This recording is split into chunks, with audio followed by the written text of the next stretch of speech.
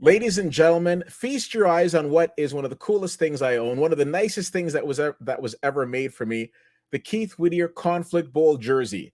Of course, that's not what it was called when it was given to me, but that's the name that I've given it. It perfectly reflects my two favorite teams in the CFL, the BC Lions, the Ottawa REDBLACKS. Don't go looking for this in a store. This is custom made. This is what happens when you take two jerseys, rip them apart, and then put them back together. Now, of course, the BC Lions and the Ottawa REDBLACKS took to the field at TD Place on June the 30th. This is my recap of that game. Now, I got to tell you something. I got to tell you about my friend Tom. Tom, I met through my love of Manchester City. We're both members of the Manchester City supporters group in Ottawa. Yes, that's a thing. And when he first saw this, he's like, "What are you doing? This is just religious." Because if you were to look at the Premier League, you're never going to see somebody with a Manchester City and a Liverpool jersey, or a Manchester United and a Liverpool jersey. It's just ridiculous. Or a Barcelona and a Real Madrid. It is a completely different mentality with fan culture in Europe. That being said, the CFL is like this big dysfunctional family. I don't remember the last time I went to a Red Blacks game and didn't see somebody in a Saskatchewan Roughriders jersey. Come as you are. Ladies and gentlemen, if you had the opportunity to take in Thursday's game, you saw a really competitive football game. Now, I'm not going to mince words. I'm not going to sugarcoat it. The Ottawa REDBLACKS are 0-3. That means 0 wins and 3 losses. And the season is just basically getting started. On paper, you would look at them and say, "Oh, wow, the REDBLACKS really stink." Now, I'll be honest with you. If you watched my video preceding this, I predicted for you that the Ottawa REDBLACKS were going to lose that game. Now, ladies and gentlemen, the reason I said that isn't because I'm a hater, isn't because I don't believe in the Ottawa REDBLACKS, isn't because I'm so pro BC. No, there's a couple of things. First of all, BC has just been on a completely different level to start off this season. It's true.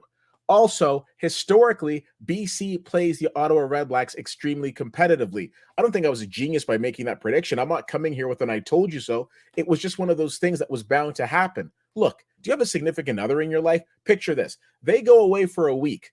They come back home and they're finding empty pizza boxes. They're finding dishes in the sink. They're finding that the place hasn't been dusted, hasn't been vacuumed. There's a bunch of laundry that's still there, more so than when they left, and it's piled up and you haven't done anything. Chances are they're going to be mad. I didn't need to go to an Ivy League school to figure that out. It's just one of those things. Just like the BC Lions historically play the Ottawa REDBLACKS team, and quite frankly, any iteration of an Ottawa football team extremely well, and they tend to win. Now, that being said, I got to tell you, I still feel the way that I felt when I filmed that video, that preceding video, which is good news, bad news. Yeah, the bad news is I was saying Ottawa's going to lose. Here's the good news. Ottawa plays in the East Division, and when all the teams in that division right now, quite frankly, are garbage. I'm not trying to be mean, but again, calling it like it is. They can't buy a win. And the fact that Ottawa, I feel, is just at the brink of finding some true excellence and turning the corner, a lot more so than their other Eastern colleagues, if you will. I think that puts Ottawa in a good place. Now, I would be the first person to come out here and say, "Oh, geez, Ottawa's like a terrible football team," if that was the case. But I didn't see a terrible football team take to the field on June 30th against the BC Lions. I saw a team that had chances. I saw a team that created opportunities, but I also saw a team that made some mistakes, and those are going to happen, and those were costly. But for those fans who left the game early, what you missed is Ottawa driving the field and scoring with 30 seconds left. An onside kick goes their way, and who knows? But what I'm saying is that these so-called fans who take off early, I got a bit of a problem with that, because you're missing the fact that Ottawa is staying in it, and they're fighting, and they're hungry. This is not a team that is 0-3. If you open up a newspaper, if you jump on a radio or internet, or you coming and listen to me and you hear all you get is Ottawa's 0-3, you're missing the story. This is a very competitive, very strong 0-3 team. They don't deserve that record. And let's keep in mind, they've played the hottest team in the CFL right now, which is the BC Lions, and the two-time reigning defending Grey Cup champions, the Winnipeg Blue Bombers. I still predict for you they go into Saskatchewan next week and they get their first win of the season. Then I'll hit you with an "I told you so." Now, as far as the overall atmosphere is concerned, it's that old saying, the REDBLACKS game is the best party in town, and your ticket is your cover charge. If you are within the Ottawa area or thinking of coming to Ottawa, a REDBLACKS game is definitely something that you need to add on to the list of things to do, because I think it's a good time. Now, In further videos coming down over the next little while, we'll talk about the overall experience and some of the things that I think that the Red Blacks and OSEG can help to do to improve the environment. But one thing they do very well, and I will give them credit for it, is after the game, they allow fans to come down on the field. I think that's so fantastic because that's how I really got my start in it, which was the interaction. My parents taking me to different events. The ability to come down onto the field from a little kid's point of view and meet your favorite player, or cheerleader, or whoever, I think is fantastic.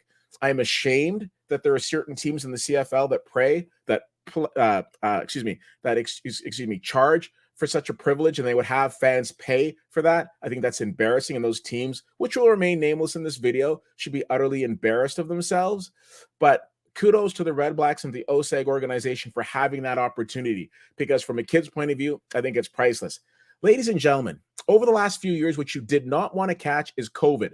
Well, you know what you do want to catch? CFL fever. I will be back next week. We will talk about the Red Blacks. We will talk about the Saskatchewan Roughriders. If you're old school, you know once upon a time, the Ottawa Red Blacks were also the Ottawa Roughriders. So it would have been the Roughriders playing the Roughriders. Confusing, isn't it?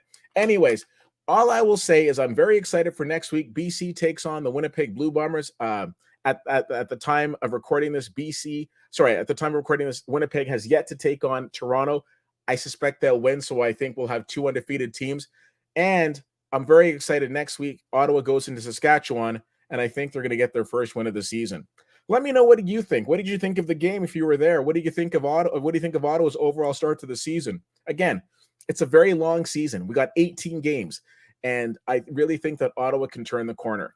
So thank you so much for checking this out. Hope everyone's doing well. Until next time, my name's Keith, and that's my view from the 40.